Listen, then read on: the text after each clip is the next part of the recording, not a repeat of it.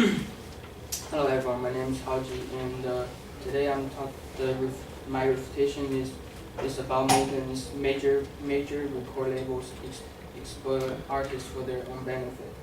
So her first claim is record label takes the majority of profit from the music sales, and the second one is advance giving to artists are concerned recoverable expense. And the last one is record labels claim excessive power to artists' work. So my opinion is secondary claim is major record labels doesn't really expel artists for their own benefit. They just share the benefit that they own. So first of all, when I started this topic, that I didn't really know about music industry, so that I checked online about what's a record label do and the music industry. So according to Hackney, who says the music is massive global industry was 38 billion annually. So it is ability for major label to control the supply chain for music that has prevent artists from independent distributing their own material. This explains why label collect approximately 85 to 90% profit from the music sales. So as a musician, the major label deals is the top thing they have to do, and for good reasons.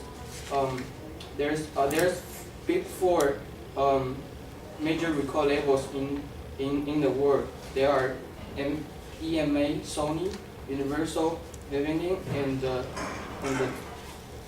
Wondering and the BMG.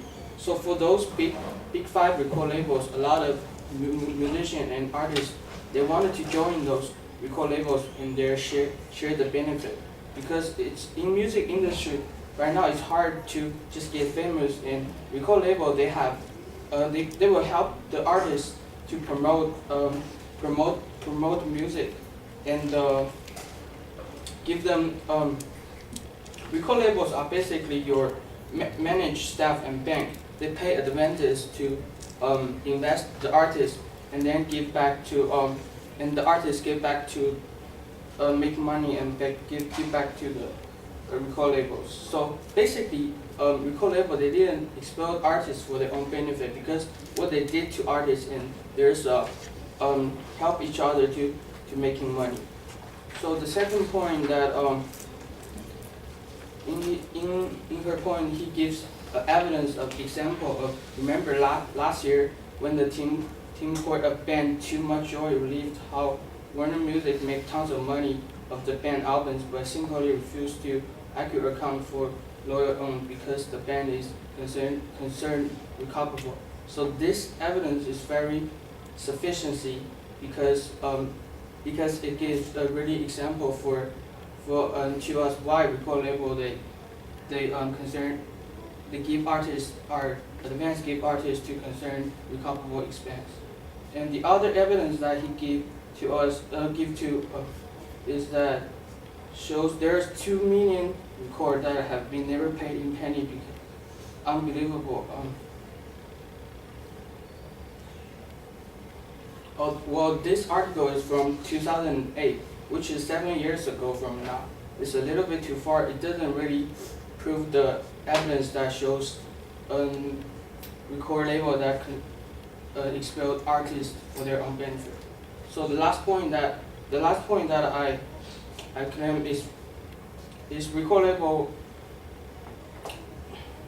The last evidence that she gave us is, according to Copyright Act from 1976, the artist's work is property of record labels for 35 years before the rights released back to the artist. It is very acceptable, because this is the real right for and is still enforced. The last point that he gave us is about JoJo records 3 versions of album that never released, and give other examples of some artists. They have their albums and and never released. But I think this is maybe a little bit out of the topic, because it doesn't really support the point that record label exploit artists for their own benefit. It's just saying that they didn't record the album that the artist did. So overall, I think that major record label doesn't really exploit artists for their own benefit. It just help each other and they make their own money for the music industry. Thanks.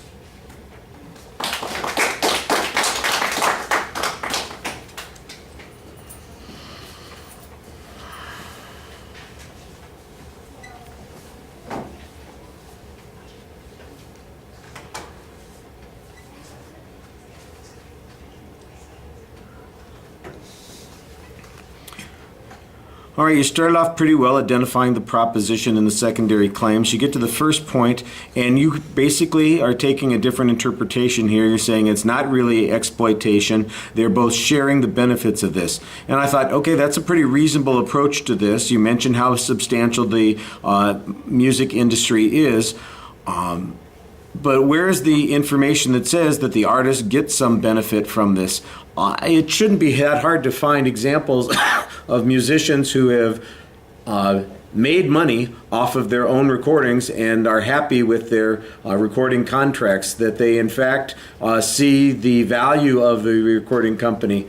I'm kind of surprised that it doesn't seem natural that people go to like the Grammy Awards and quote all the artists when they stand up there and say, and I want to thank everybody at the record label for helping us make and believing in us and backing us and doing all that kinds of stuff. There's got to be some of these people who are doing exactly like you say. They are in fact benefiting in this, and then I think your position is the ones who are complaining the most are the ones that have been the least successful. They haven't met the expectations.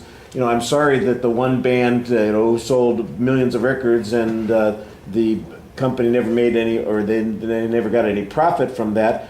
But what we don't hear is how much the record label spent in promoting the band. So if they spent $20 million developing and recording and promoting the band, and they sold 4 million copies of the album, but only made back, $15 million, they're still $5 million in the hole. So why is that exploitive of the band? I think you need to kind of explain those arguments and take those perspectives from the other side a little bit further. The idea that the labels are performing a service, I think, is a good idea, but you need to kind of document that they are, in fact, providing such a service, that they have had that sort of impact. On the second point, you have a criticism of their example of the band Too Much Joy, for instance, and I wasn't quite clear what your criticism of that example was. So that I thought was a little bit problematic. The next criticism of evidence was a little more explicit. It said it's based on an example that's more than 7 years old. And that seems like there's a good press there, assuming that some substantial differences have occurred in the last 7 years. I think that would require you to offer a little bit of proof that says that's a different world that we're operating in right now. The last part basically seems to concede the position that the advocate took, that these record labels get control for a long period of time over the music of the artists, and you kind of accept that. Then why is that a good thing? Why is that a reasonable thing? Or challenge the advocate's position that it's an unreasonable thing. I don't really think you do much on that. So it seemed like you were starting off in the right direction. You had the right idea on these points. I just didn't think that your proof developed very much on that. There's not really much analysis of the advocate's evidence and examples that is clear. Like I said, just a minor criticism here and there. And I think maybe you need to develop those counterclaims a little bit more. All right, thank you.